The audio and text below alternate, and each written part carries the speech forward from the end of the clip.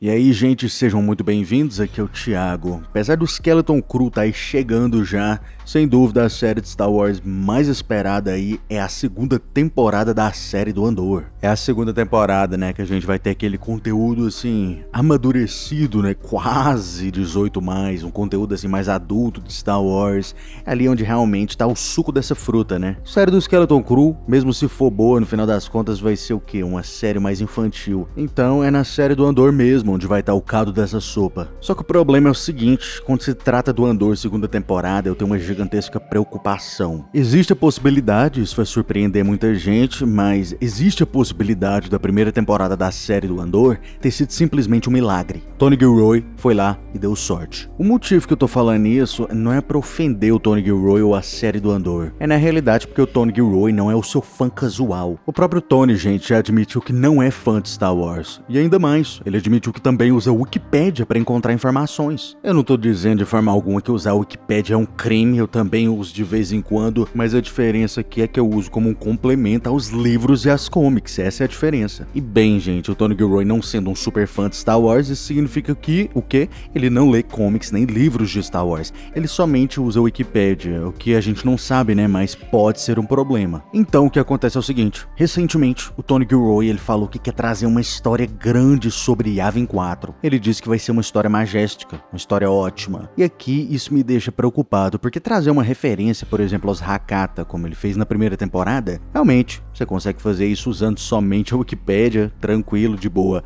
Agora, para você trazer uma grande história sobre Yavin, agora isso precisa de muito mais educação, muito mais conhecimento de Star Wars que o Tony Gilroy pode ter. E isso me deixa preocupado, isso me deixa com medo. A história de Yavin 4, gente, é uma história super complexa nos Legends. Para vocês terem só uma noção, uma ideiazinha, eu vou te dar um pouquinho da história, começando 5.000 anos antes da Batalha de Yavin. Em 5.000 ABY, o Lorde do Sith Naga Sadow fugiu para Yavin 4 na sua nave capital, junto com um exército de guerreiros Massassi, depois de serem derrotados durante a Grande Guerra do Hiperespaço pela República Galáctica. Usando a alquimia Sith em Yavin 4, Naga Sadow transformou seus guerreiros Massassi em monstruosidades. Eles sofreram mutações terríveis e se tornaram predadores temíveis selvagens de pele vermelha e corcundas, mas apesar desses abusos, os Massas continuaram idolatrando ele como se fosse um deus, e eles faziam absolutamente tudo que Naga Sadow pedisse para eles, incluindo construir templos na lua inteira. E então, no final de tudo, Naga Sadow fez eles construírem para ele um sarcófago, e ele basicamente se enterrou lá